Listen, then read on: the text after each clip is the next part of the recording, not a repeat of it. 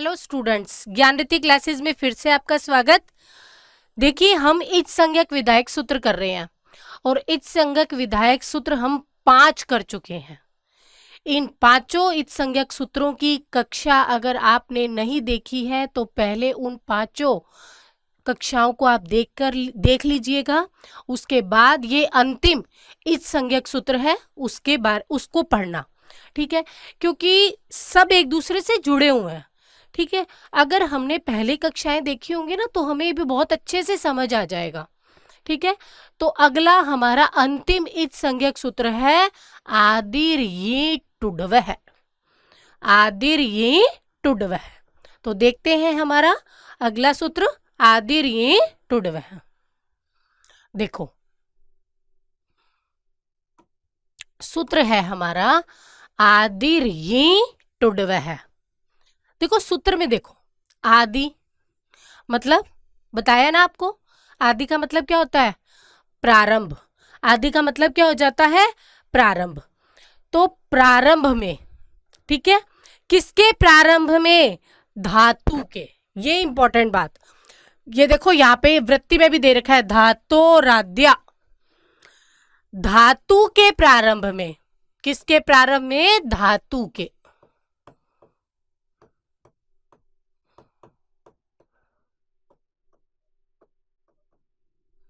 धातु के प्रारंभ में यी दे रखा हो, टू दे रखा हो, ड्व ड्व मतलब डू, ड्व व को ऊ, तो यहां पर ड्व का मतलब है डू, क्योंकि देखो 3 जुड़े हुए हैं। अब मैंने आपको क्या बताया था, चूटू में क्या था? चू और टू। टू में बड़े ऊ की मात्रा थी क्योंकि 2 जुड़े हुए थे, चू और टू। इसमें 3 जुड़े हुए हैं, ये टू और डू। 3 जुड़े होने की वजह से यहां पर बहुवचन लगा हुआ है। जब इनको अलग अलग करेंगे तो यहां पर डू निकल जाएगा। समझ आ रही है क्या बात? ठीक है, जैसे देखो गुरु गुरु गुरुवह, क्या होता है? गुरु गुरु गुरुवह, गुरु गुरु गुरुवह। ये एक वचन, एक गुरु की बात हो रही है, ये 2 गुरुओं की बात हो रही है और इसमें 3 गुरुओं की बात हो रही है। एक वचन, द्विवचन, बहुवचन। वैसे ही टुडवह, देखो वह मतलब बहुवचन। 3 चीजें हैं, यानी ये, टू और डू। जब इसका शब्द निकालोगे ना, डू निकलेगा, ठीक है, और डवह बना दिया मतलब बहुवचन बनाने के लिए, तो रुवह, रू है शब्द, तो गुरु रू है, रवह नहीं बनाया यहाँ पे, ऐसे ही यहाँ पे डवह बना दिया। ठीक है, तो ये क्या है? बहुवचन। बहुवचन है क्योंकि 3 है इसमें। 2 होता तो द्विवचन लग जाता, 2 से ज्यादा है तो बहुवचन लग गया। भाई समझ आ रही है क्या? जब किसी एक की बात करेंगे तो एक वचन लगता है, जब किसी 2 की बात करते हैं तो द्विवचन लग जाता है, और जब 2 से ज्यादा की बात करते हैं, 3, 4, 5, 6 जितनी भी हो, 2 से ज्यादा होने चाहिए, तो वहां बहुवचन लग जाता है। यही तो होता है ना। तो यहाँ पे 3 की बात हो रही है, इसलिए यहां पर क्या लग गया? बहुवचन। ठीक है, तो एक तो ये बात होगी यानी हमारे पास यहाँ पे क्या निकल रहा है? एक तो ये, एक टू और एक डू। क्या निकला है यहाँ पर? डू। ठीक है, तो ये क्या कहा है? इस सूत्र के हिसाब से इसका अर्थ क्या बना? देखो, धातु के आदि में, धातु के आदि में स्थित ये की, टू की और डू की इच संज्ञा होती है। देखो सूत्रों के अंदर ही अर्थ छिपा होता है, हमें कुछ याद करने की जरूरत नहीं होती। लोग क्या करते हैं स्टूडेंट्स, सूत्र को लिखा हुआ देख लिया और उसके अर्थों को रटते हैं कि इसका ये इसमें स्थित में ये होता है, वो होता है, ऐसे करके एक एक लाइन को रटते हैं। हमें रटना नहीं होता अर्थ को, अर्थ सूत्र के अंदर ही होता है।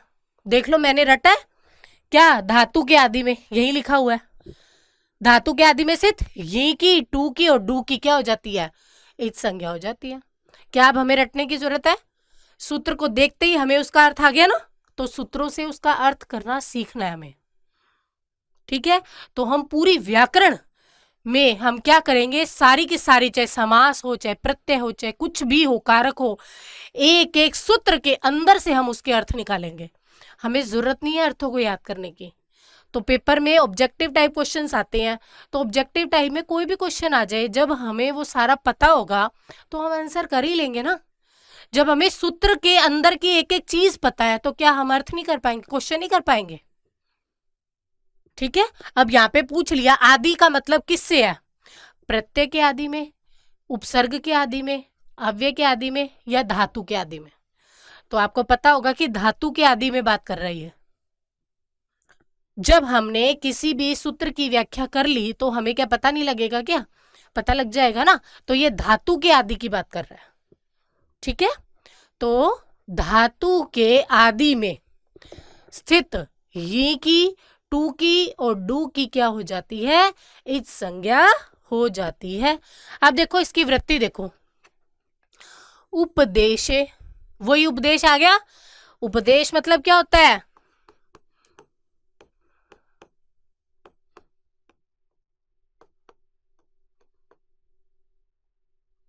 उपदेश का मतलब क्या होता है, आद्य उच्चारणम, आदि में जिसका उच्चारण किया जा चुका है। आदि में किसने उच्चारण किया था, बताया था ना, पाणिनि, कात्यायन और पतंजलि ने प्रारंभ में ही सर्वप्रथम जिसका उच्चारण कर दिया था। ठीक है, तो वो होता है उपदेश। तो इन्होंने कहा उपदेशावस्था में स्थित धातु के, धातु के, इसको तोड़ के देखो, धातु र को क्या हो जाएगा, विसर्ग, रा में से क्या निकल गया बाहर, आ, धातो हो आद्या, इसको तोड़ा तो हमारा क्या निकल गया, धातो हो आद्या। र को क्या कर दिया, विसर्ग, र में से आ बाहर निकलिया तो आद्या।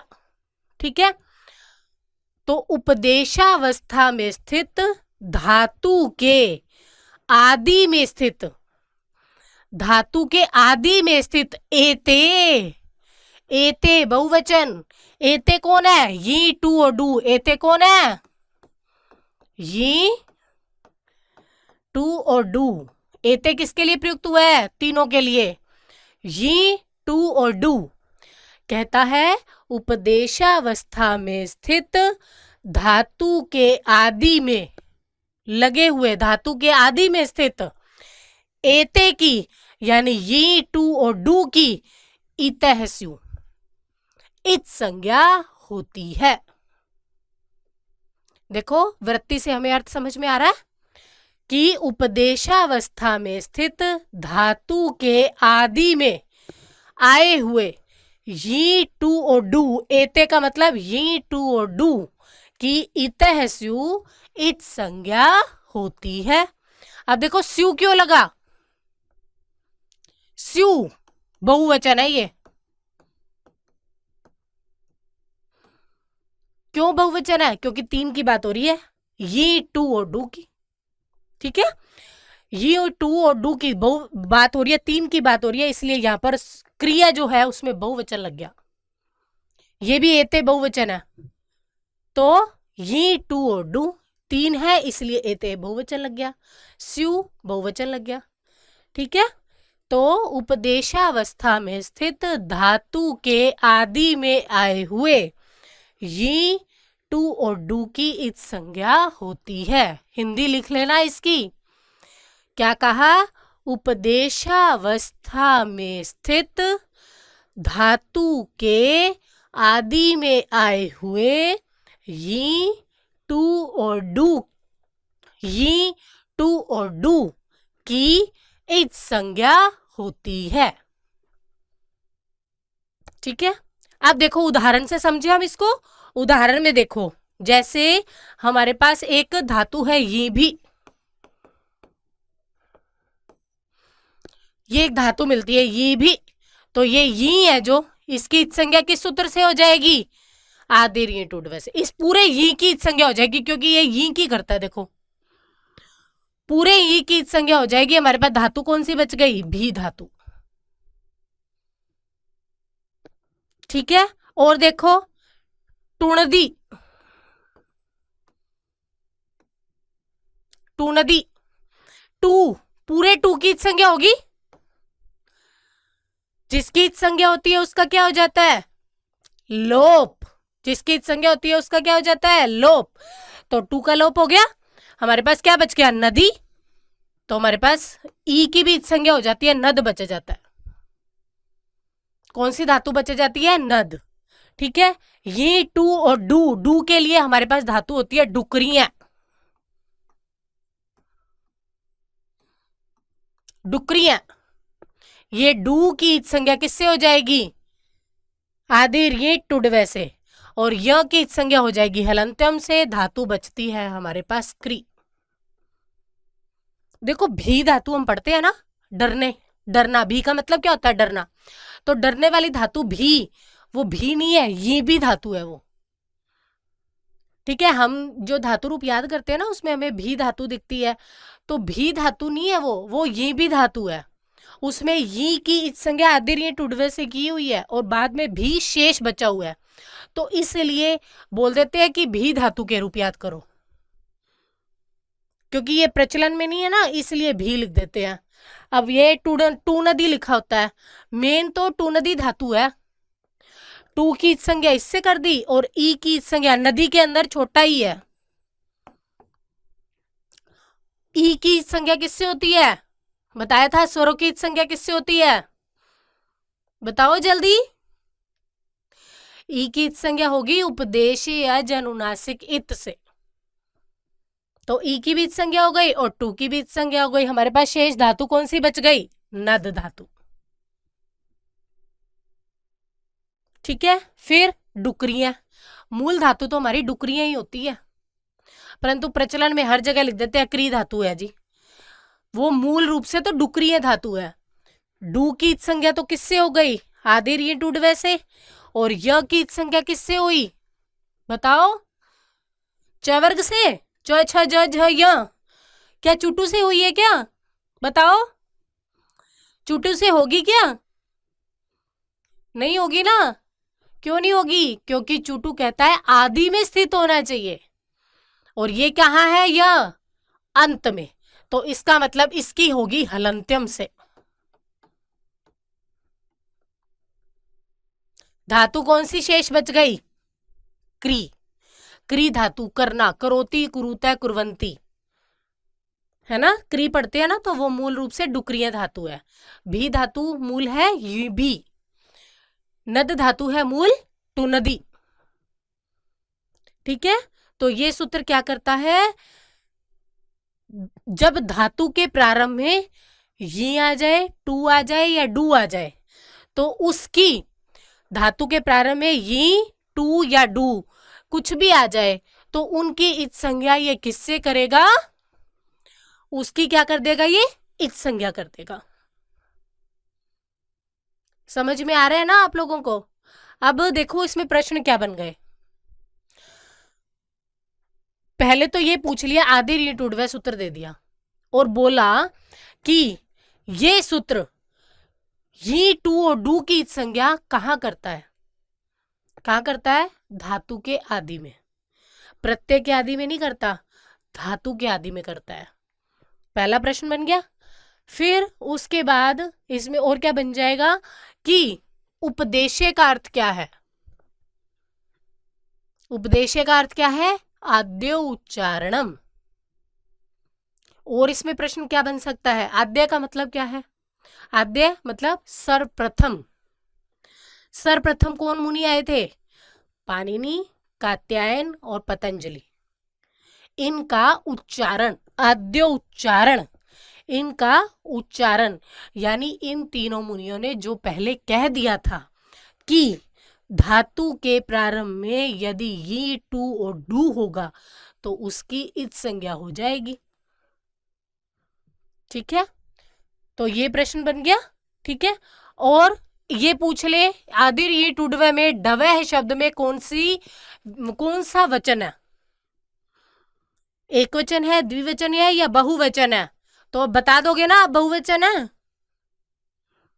प्रश्न देखो कहीं से भी कुछ भी बन जाए, अब हमारा कोई भी प्रश्न गलत नहीं होगा। पेपर में इन तीनों में से कोई भी धातु दे दी, ये भी दे दी, और पूछा ये की संज्ञा किस सूत्र से होगी, आधी ऋण उड़वै। टू की संज्ञा किससे होगी, आधी ऋण उड़वै। डू की संज्ञा किससे होगी, आधी ऋण उड़वै। हम कर लेंगे ना अब ये। तो ये धातु के आदि में लगता है, ठीक है। और ये क्या करेगा, इच संज्ञा करेगा, किसकी, धातु के आदि में स्थित ये, टू और डू की, ठीक है। तो ये टू और डू की इच संज्ञा करेगा, और जिसकी इच संज्ञा होती है उसका क्या हो जाता है, जल्दी बताइए। जिसकी इच संज्ञा हो जाती है उसका होता है हमेशा लोप। ये प्रश्न कई बार आया हुआ है। जिसकी इच संज्ञा होती है उसका क्या हो जाता है, लोप हो जाता है, ठीक है। यस्य इच संज्ञा भवति तस्य का भवति, लोप। क्लियर। तो ये थे हमारे इच संज्ञक विधायक सूत्र। अब इन 6 सूत्रों से जिन जिन की इच संज्ञा हो रही है उनका तस्य लोप से क्या हो जाएगा, लोप हो जाएगा, ठीक है। तो इन 6 सूत्रों को बहुत अच्छे से पढ़ लेना। आप चाहे कोई भी कंपटीशन दे रहे हो ना संस्कृत से, चाहे कोई भी पेपर दे रहे हो, उन सब में ये 6 के 6 सूत्र काम आएंगे, कैसे भी प्रश्न बन के आ जाएंगे। अब ये मैंने आपको 6 सूत्र करवाए हैं, इनमें से प्रश्न कैसे बनते हैं अब वो भी हम अगली क्लास में कर लेंगे, तो हमारा ये टॉपिक अच्छे से हो जाएगा। देखो व्याकरण इतनी आसान होती है ना कि मतलब स्टूडेंट इतना डरता है हाय व्याकरण में से ये आ जाएगा वो आ जाएगा। अगर आपने ईमानदारी से ऐसे तोड़ तोड़ के व्याकरण पढ़ी हुई है तो कोई भी प्रश्न आ जाए आपका गलत होगा क्या, नहीं होगा ना। तो फिर व्याकरण से डरने वाली चीज क्या है बताओ। ऐसे ही हम साहित्य को पढ़ लेंगे, ऐसे ही हम दर्शन को पढ़ लेंगे, और ऐसे ही हम वेद को पढ़ लेंगे। तो संस्कृत बहुत आसान है, इसमें आप पूरे में से पूरे नंबर लेके आ सकते हो। जीके में तो हमारे नंबर कटते ही कटते हैं, उसमें तो हमारा गलत हो ही जाता है, परंतु संस्कृत में तो एक भी क्वेश्चन गलत नहीं होगा अगर हमने सही से पढ़ा है तो इसलिए इनको अच्छे से पढ़िएगा। अगले टॉपिक के साथ अगली क्लास में मिलेंगे, तब तक के लिए थैंक यू।